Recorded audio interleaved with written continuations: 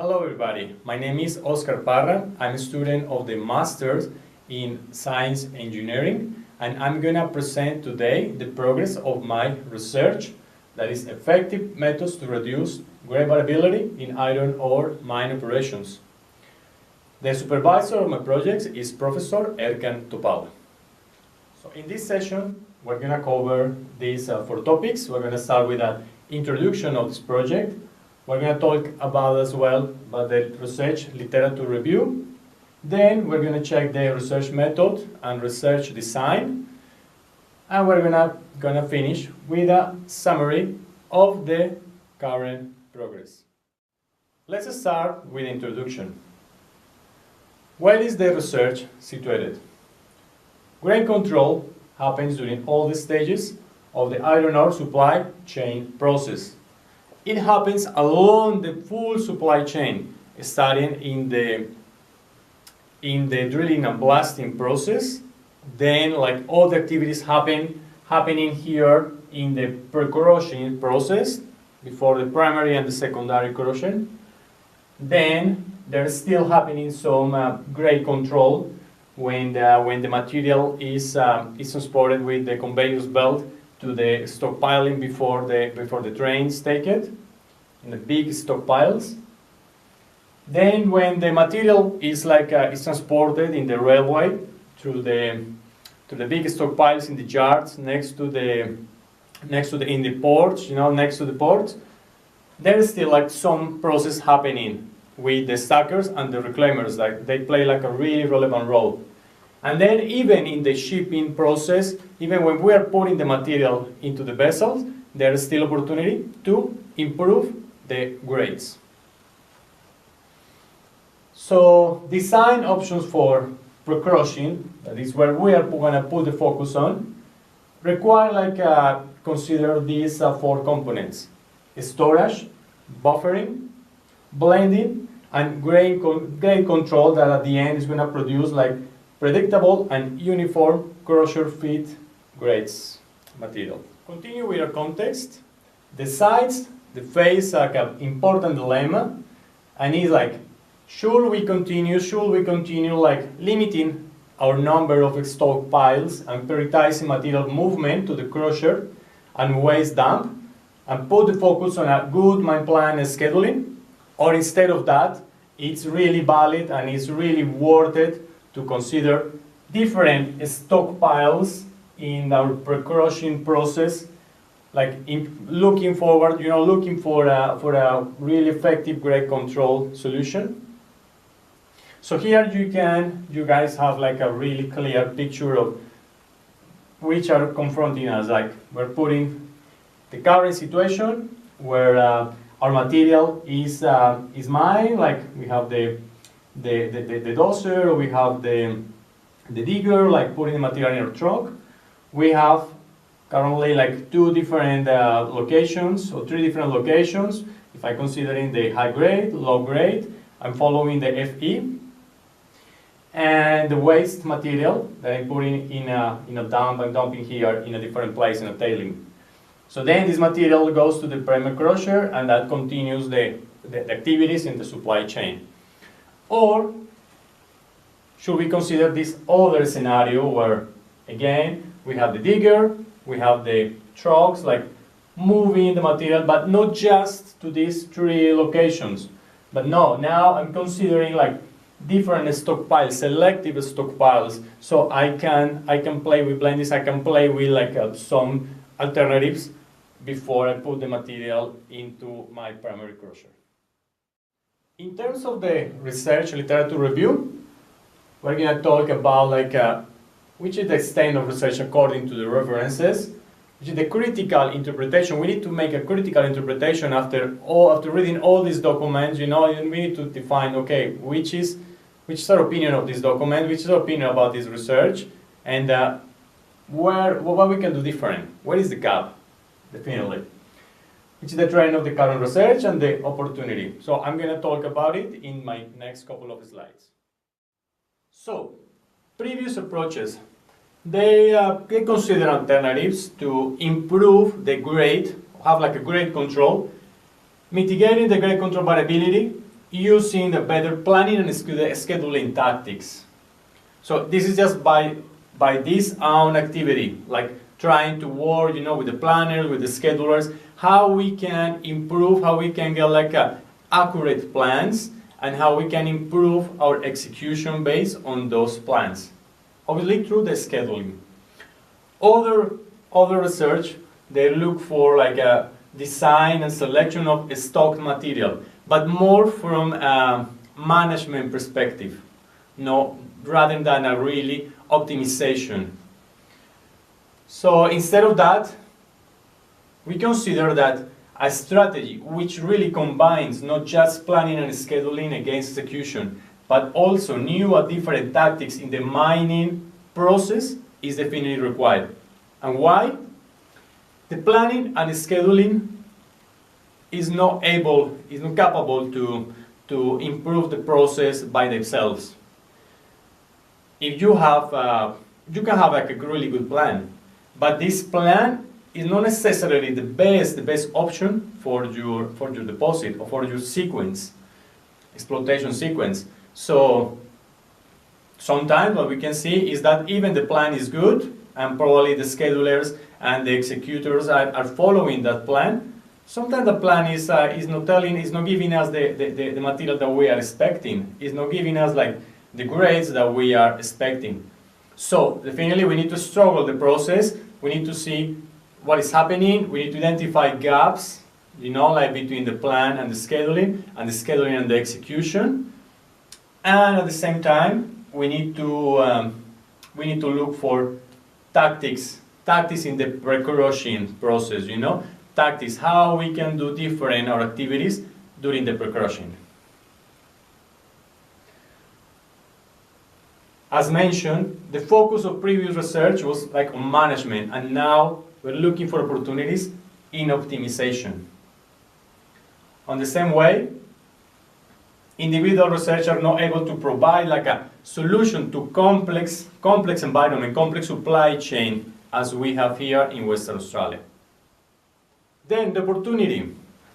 We live in Western Australia. This is one of the most important mining places in the world.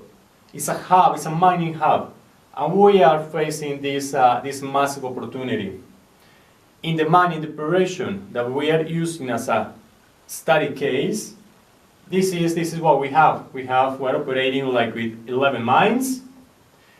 This operation has 2 railways, 2 yards, and 3 ports. There are three different products that this company is offering to the customers. I'm saying customers, the people in China, people in Japan, people in Korea, in India. And these 3 different products have like different characteristics, different features in what we call the grade control of Fe, and contaminants of alumina, like phos, like silica, like manganese, and even water. So that's a massive challenge. That's a massive challenge when, as in this case, this operation with one of these products that we are going to call PB,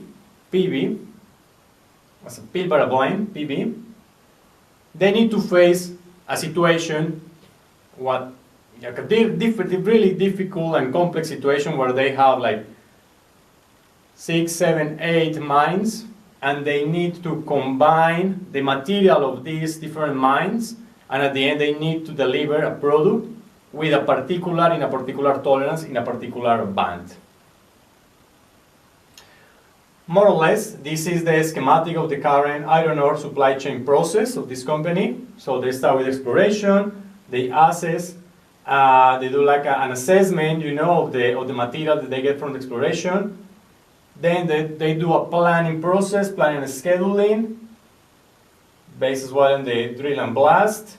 Then there is like a loading and hauling activities as part of the primary, like a primary unit activities in the mining process.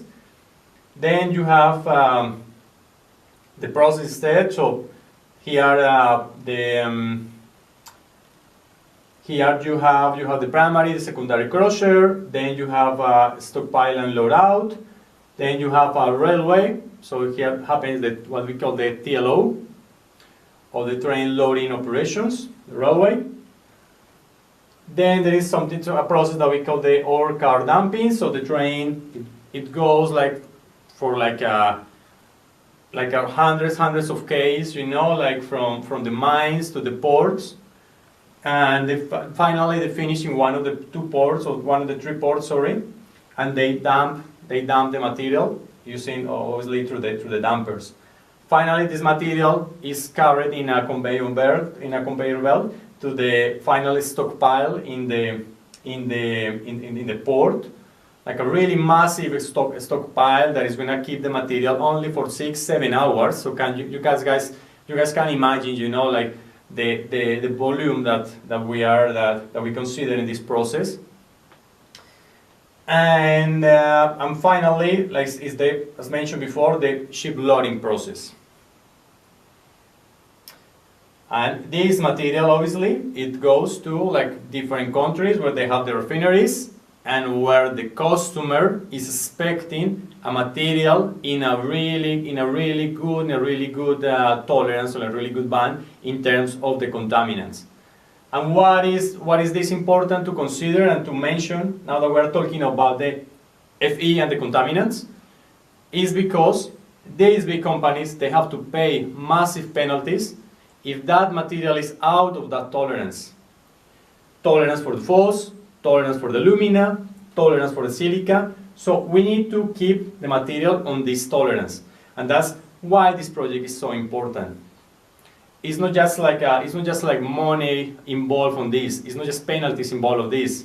It's the reputation of the company. It's the reputation of Australia as a really important iron ore producer.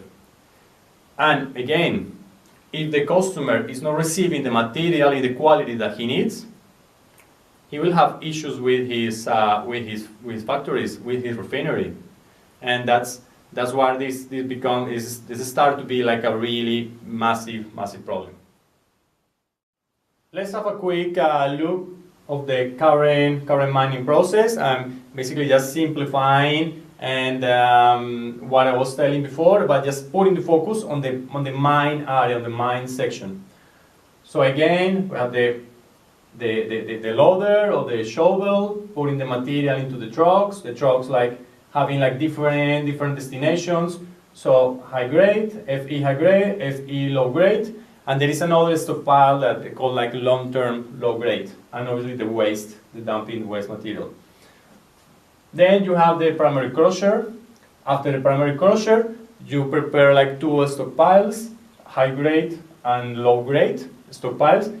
Remember, guys, that here you have like two different granularity of the product. You have what we call fines, that is a really thin, really fine product, and the other is the lump, where it's like a little balls, and this is because that's the requirement from the customer. So we have lump, you have fines, and you have lump.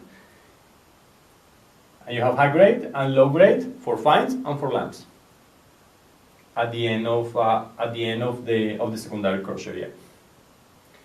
So, which is the hypothesis? And again, I'm probably repeating as mentioned before. The hypothesis is like by modifying current rehandling tactics during the primary crushing and creating selective destinations,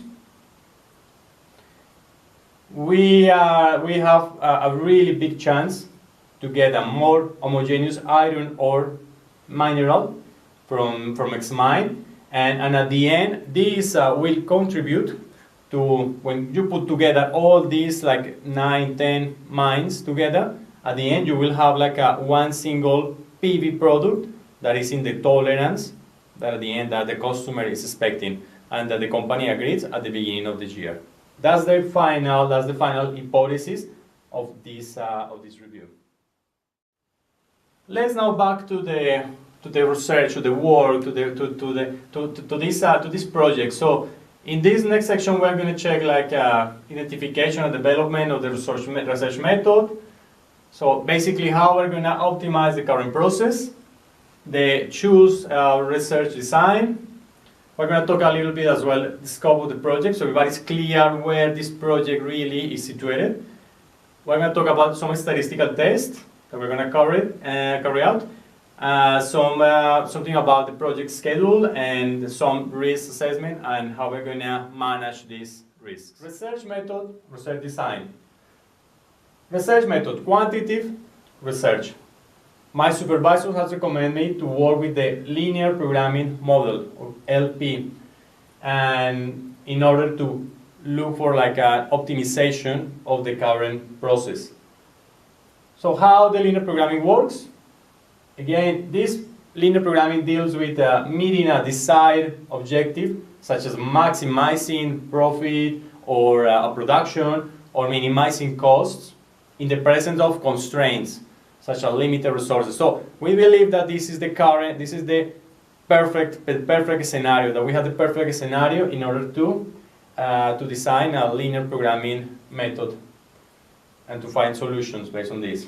Which are the steps of this linear programming? So we need to define some activities. We need to select the unit of measure for each activity. We need to define the items produced or consumed by these activities. We need to select one item that is going to be measure of the measure of the effectiveness and is related to the objective. We need to determine the quantity of each item produced or consumed by an activity. We need to define the system requirements. And finally, we're going to balance and solve the resulting equations. So let's keep the focus.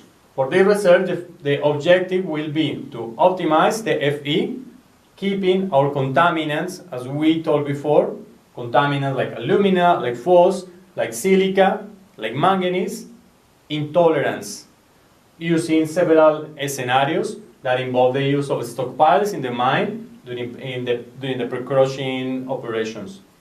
So here is the summary of the experimental design, where we have an operation, a mine, with three pits. That's the number that we defined, 3 pits. So we have our first destination, that is going to be the primary crusher. So the material is going to travel from the mine directly to the primary crusher without no rehandling.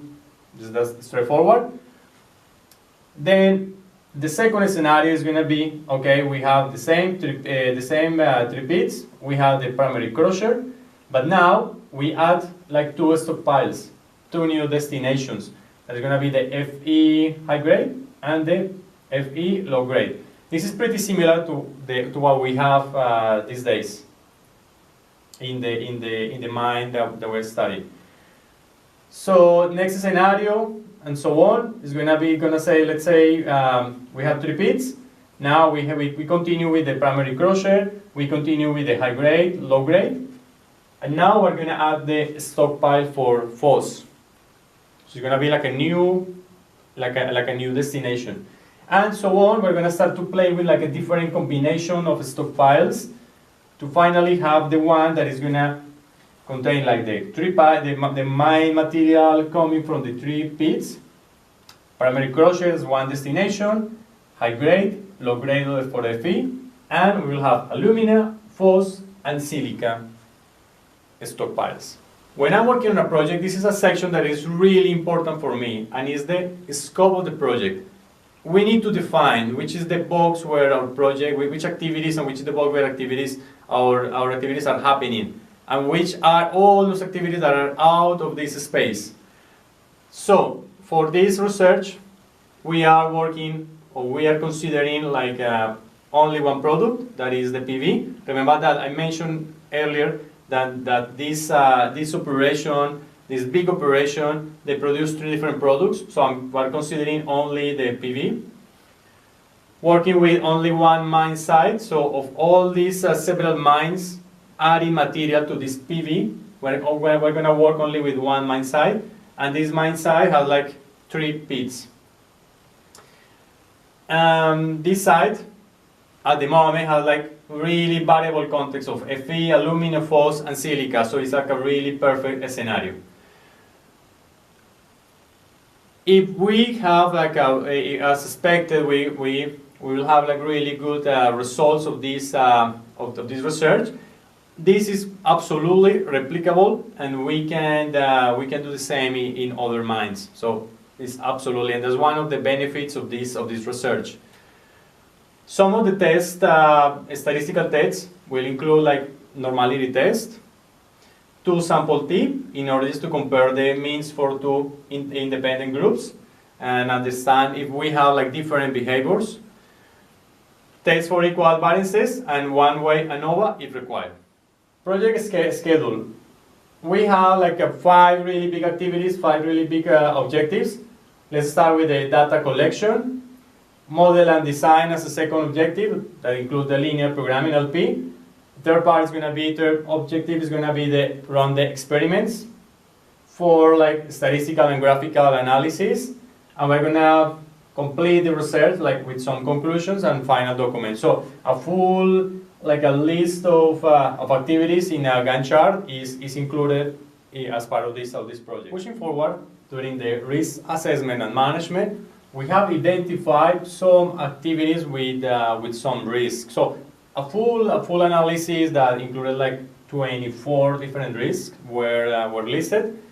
But yeah, there are like around like 10 activities we're going to put the focus on, and that's why like we created as well a mitigation plan. So this matrix was prepared with considering like a probability and an impact. So we value like we put categories to these different probabilities or potential impacts, and we define a list of activities in order to mitigate these risks. So just to mention 2 or 3 of them. So one of the risks is the conflict relating to the intellectual property. So how we're gonna mitigate this risk? So the researcher need to prepare an agreement document between the parties involved in the research. So in this case, it's the company and the university. Another risk is the difficult to comply with the recognized good practice and the loss of focus on the research due to the time limitation. So the research progress to be reviewed periodically during the supervisor meeting and take actions if needed. Pushing forward and just moving to our last couple of slides. Let's summarize which is the current progress of the project. So completed, we have a problem identified, we have a context definition where the project is situated, we have the scope of the project, what is in, what is out, clear hypotheses, what we're looking forward, and research method established. Currently, at the moment, we are developing the linear programming methodology and collecting data. Now we're talking about the data. Let's spend some seconds here in the data collection. So the data collection is going to be carried out at the beginning of the research in order just to take advantage of the timing. The data contain the block features, the origin and destinations. Remember that we're talking about like lots about destinations. Distance profiles in the mine, the pits, and other details. The data used to prepare weekly and monthly mining schedules is the data that is going to be considered. And this data collection includes as well like conversations and observations of the planning and the scheduling and execution process. Thank you for your attention today to the review of the progress of this research.